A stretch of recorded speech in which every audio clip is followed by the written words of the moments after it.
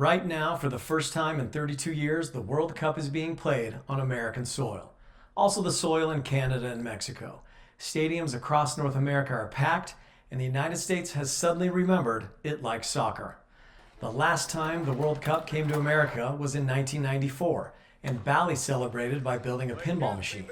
A machine with a robot goalie, a spinning soccer ball, and a hidden Mortal Kombat character in the game.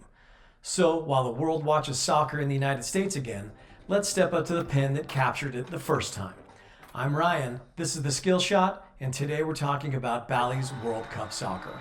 In February 1994, Bally released World Cup Soccer. It launched a few months before the United States hosted the World Cup for the very first time.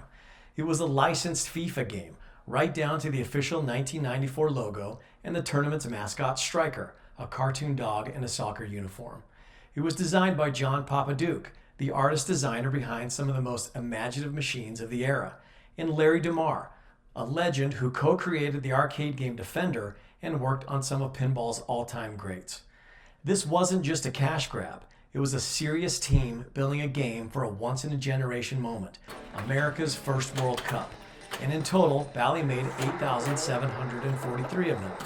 Not a record breaker, but a strong run for the era, and it landed everywhere: arcades, bars, pizza joints, and bowling alleys.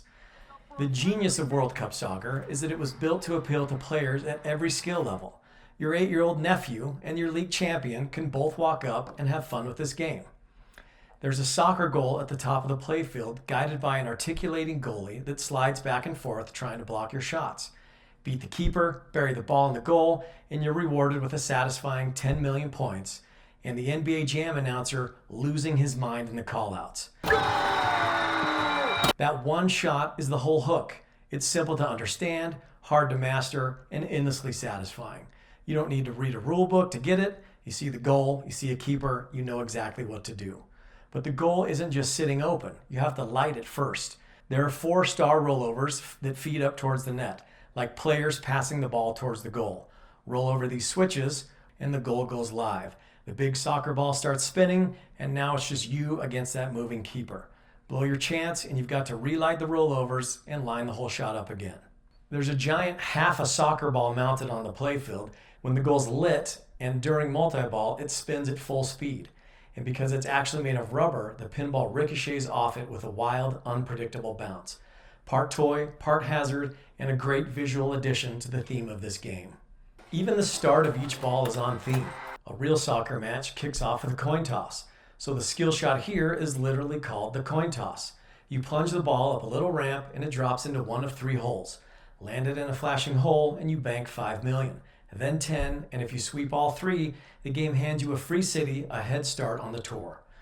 You travel between 9 American cities, and getting from one to the next plays out like booking a trip. You hit the ramps or rollovers to buy your ticket, and that lights up the left orbit with a travel arrow. Send the ball around that orbit, and you're on your way to the next stop. One step closer to Los Angeles and the final match wizard mode. The game goes out of its way to help you score. There's a saucer called the assist tucked right in front of the goal. Drop a ball in there, and the machine lights the net and lets you fire straight in with a tap of the flipper. Basically, a free shot on goal. A free kick does the same thing. The ball teed up point blank, just blast it past the keeper. And during multiball, the assist is programmed so it can't miss. For a game built to welcome newcomers, that's the whole philosophy in one feature. It doesn't just let you take the shot, it sets it up for you. There's a buy-in button tucked down by the plunger. When your game ends and that last ball drains, you don't have to walk away. Hit the buy-in button, drop another credit, and you keep playing with a fresh ball right where you left off, up to 3 times. Pins that allow people to continue their game after 3 balls get on my nerves because they mess up the high scoreboard. But in World Cup, buy-in games get their own separate high score table. So the leaderboard stays honest, and that's pretty cool. Operators loved this button because it kept the quarters dropping. So did anyone who couldn't stand to let a great game die one city short of the final. Imagine this whole playfield as a soccer pitch. At the top, you're the striker trying to beat the machine's goalie and score. At the bottom, that drain is your net, and gravity is the striker on the other team, relentlessly trying to put one past you. This Magna-Save, that's your goalie. Punch the button on the side of the cabinet, and the magnet right above your left flipper makes the save, stopping a ball that was headed into your net. The main path is multiball, and each multiball jackpot represents beating another team on the way up a ladder of 15 ranks, with Germany sitting at number 1. Painted across the playfield is a big soccer ball stamped with the 5 qualities of a great player: strength, stamina, skill, speed, and spirit. You light them one at a time by hitting shots around the playfield. Stamina. Skill. And once you've assembled the complete player, all 5 lit, your lock opens up. You only need to lock 1 ball on the ramp, hit the scoop, and multi-ball begins. Germany is the team to beat in this game because when the machine shipped in 1994, Germany were the reigning world champions. They'd won it all in 1990. In 1994, Germany got knocked out in the quarterfinals. The actual champions that summer were Brazil. Brazil isn't even one of the 15 teams in this game. World Cup Soccer sends you battling all the way up to a German team that in real life didn't even reach the semifinals. The game sends you on a tour of the United States. Complete the lanes and ramps and you travel between 9 American cities. A few of them trigger their own modes. Boston kicks off the Boston Tea Party, a countdown from 30 million you cash out by hitting the left ramp. Washington, D.C. lights your extra ball, and Los Angeles starts the wizard mode called Final Match. You get 45 seconds to score more goals than the top-ranked German team. Pull it off, and you bank 500 million points and become the number 1 team for the rest of the game. Start as an underdog, climb the ranks, tour the host country, and dethrone the champions in the final. There's a few interesting things that make this game even cooler. Those call-outs are Tim Kitzrow, the same guy who screamed, "He's on fire" in NBA Jam. If this machine sounds like a sports arcade game, that's why. And the deepest cut of all is buried in the final TV award, a mode called Where's Striker? Most people who've owned this game for years have never seen it. Hidden in there is a cameo from Raiden, the lightning god from Mortal Kombat. In the 90s, Bally and Midway were family, and they loved sneaking each other's characters into different games. World Cup Soccer wasn't the only soccer-themed pin that came out that year. Gottlieb rushed their own soccer pin that year called World Challenge Soccer. It was unlicensed, so no FIFA, no striker mascot. If you're going to buy a soccer-themed pin, this is the one you're looking for. World Cup Soccer holds up remarkably well. On Pinside, it carries a community rating of 8.1 out of 10 and ranks at number 80 of the top 100. 3 decades later, that's serious staying power for a machine built to be approachable by new players. If you dream of owning one, expect to pay around $4,800 for a clean player. They've been trading in the mid-4,000s and holding steady.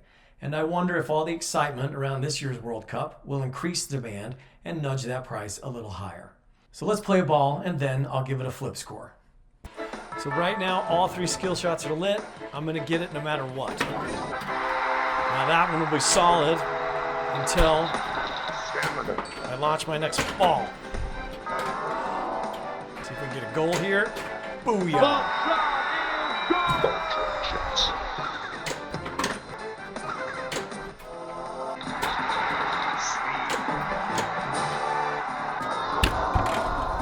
I am a miserable failure.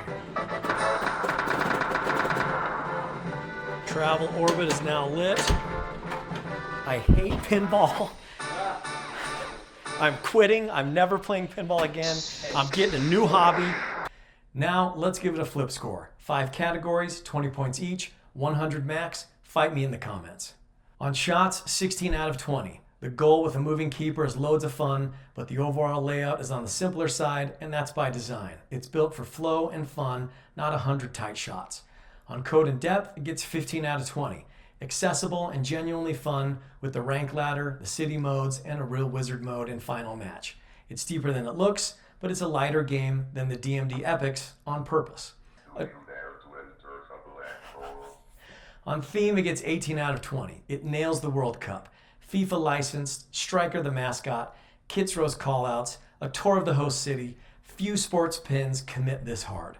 On build quality, 16 out of 20. Solid Williams Bally WPC security build. The goalie mechanism takes a beating over the years, but parts and mods are everywhere. Resale value, 17 out of 20. Top 100 holds its value, it's climbing, and the theme-driven demand is a tailwind. For a total of 82 out of 100, it's the perfect pin to add to your soccer hooligan-themed man cave. 32 years ago, America fell in love with soccer for the first time, and Bally built a machine to capture that moment. Now the World Cup is back in North America, and if you're in the middle of the soccer pinball Venn diagram, this is the perfect game to add to your collection. Drop a comment and tell me who you're rooting for in 2026, and be sure to subscribe so you don't miss next week's episode of The Skill Shot.